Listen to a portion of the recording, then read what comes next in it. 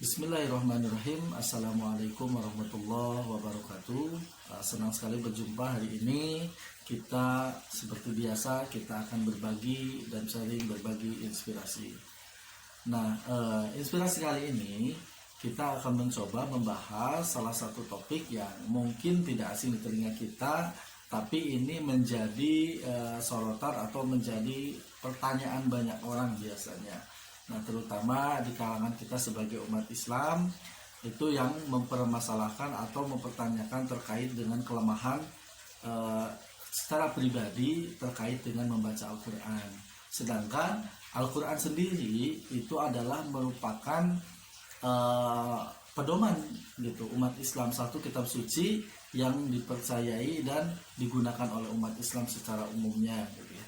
Nah, ini tentu banyak hal-hal yang perlu diperhatikan dalam memperlakukan Al-Quran gitu ya. Nah, salah satunya adalah bahwa umat Islam itu harus senantiasa mempelajari Al-Quran dengan baik gitu ya.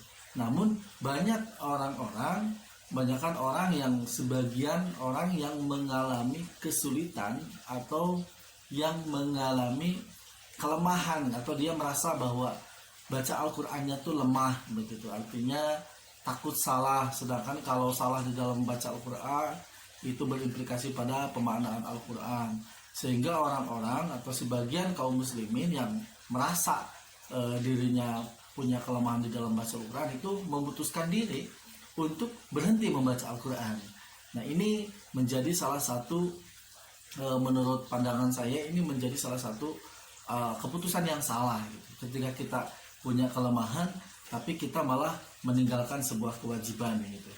Nah, artinya bahwa membaca Al-Quran ini adalah menjadi kewajiban, karena salah satu yang bisa menuntun umat Islam supaya berada dalam garis lurusnya, kemudian senantiasa mendapatkan ridho Allahnya sesuai tujuannya, maka harus senantiasa istiqomah dalam Al-Qurannya.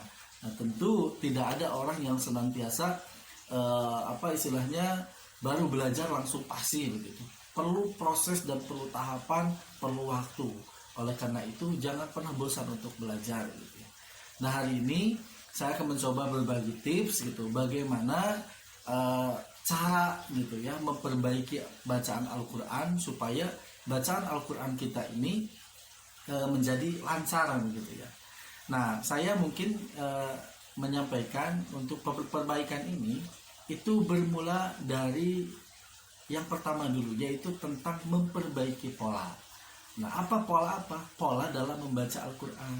Nah, biasanya ketika memperbaiki pola ini gitu ya, pola dalam membaca Al-Quran, yang pertama bahwa kita itu senantiasa, orang-orang yang senantiasa merasa mempunyai kelemahan dalam Al-Quran cenderung jauh dari Al-Quran, sehingga memutuskan bahwa Al-Quran pun mungkin punya Al-Quran hanya disimpan saja.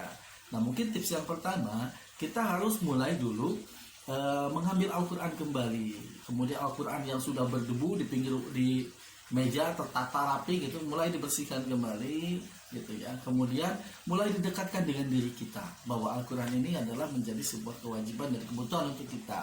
Dibuka, kemudian dibersihkan. Kemudian setelah dibersihkan kita harus mulai mau membaca gitu ya. Membaca, artinya membaca. Satu, ingat kan bahwa para alim ulama juga sempat sering menyampaikan bahwa membaca satu huruf Al-Quran saja itu bisa menghadirkan 10 kebaikan.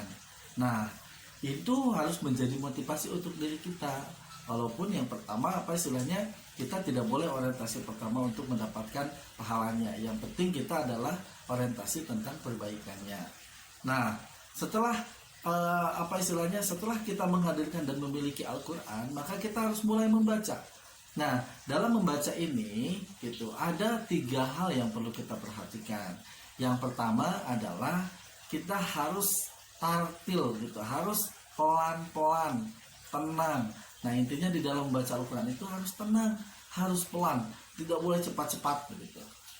Karena kalau misalnya membaca Al-Quran cepat gitu ya, nah ini juga rambu-rambu yang ada di dalam Al-Quran yang mungkin dikenal sebagai ilmu tajwid itu bisa tertabrak gitu.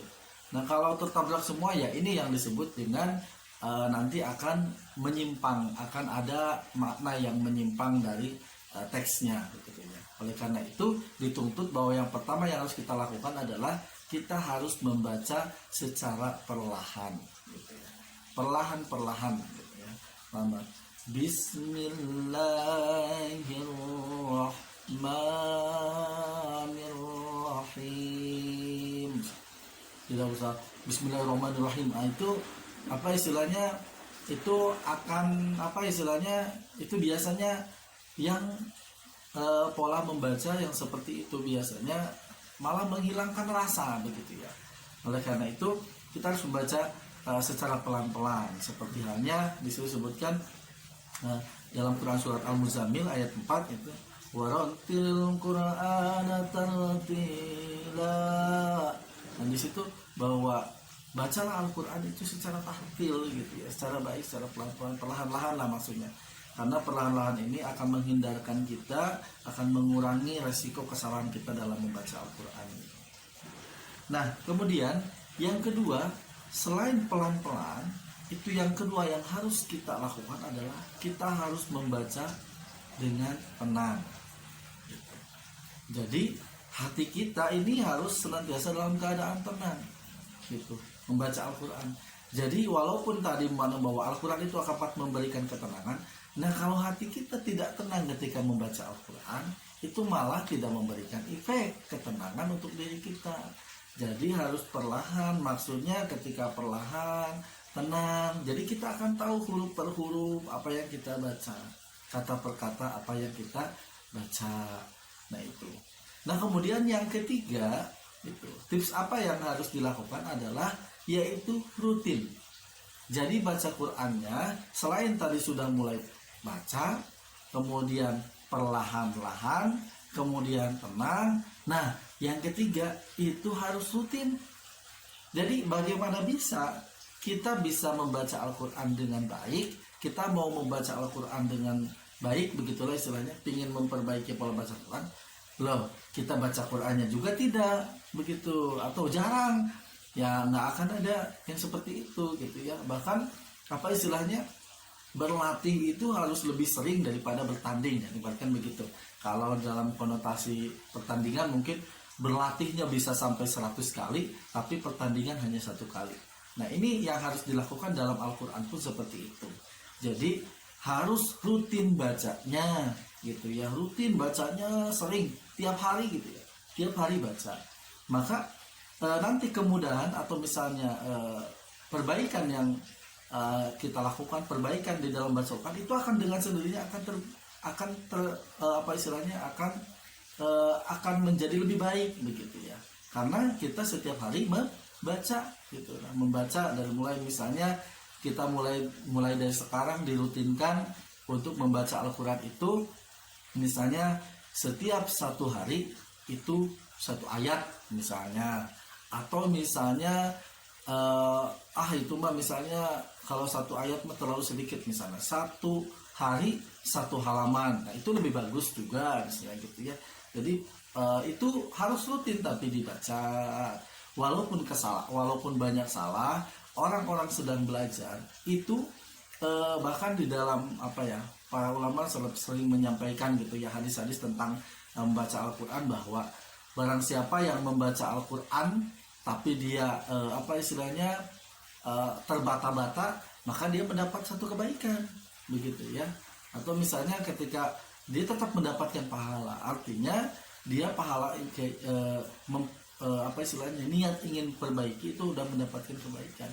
Jadi jangan pernah takut, jangan pernah merasa bahwa ketika kita berniat ingin mempelajari Al-Quran atau ingin memperbaiki baca Al-Quran, ya kita harus senantiasa istiqomah begitu.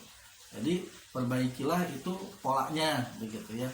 Jadi tadi setelah rutin gitu, baru nanti kita akan menemukan di mana kesalahan kita. Kemudian di mana seperti yang dulu misalnya, kalau misalnya kita masih anak-anak, itu suka dilakukan kan gitu ya. Ketika masih anak-anak baca aja begitu, supaya tidak berbicara maknanya dia ngerti atau enggak, tapi kan baca gitu ya. Nah itu baca, artinya itulah untuk melancarkan begitu ya. Jadi ketika anak SD, kenapa jarang dibekali Quran tarjamah ya? Karena anak-anak SD, anak-anak yang TK misalnya, atau anak-anak yang masih baru bermula terhadap Al-Quran, itu mereka diberikan Al-Quran secara khusus, Al-Quran saja, kemudian dia suruh baca. Ya karena targetnya adalah untuk melancarkan gitu ya, lancarkan, dibiasakan gitu ya. Nah kemudian tips selanjutnya apa? Nah tips selanjutnya adalah setelah itu seperti itu kita butuh pemandu gitu ya, butuh aturan.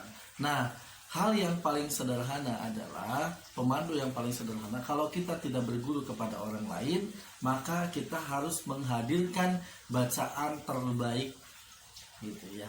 Apa di mana dihadirkan? Kita harus mendengarkan bacaan orang lain, gitu ya.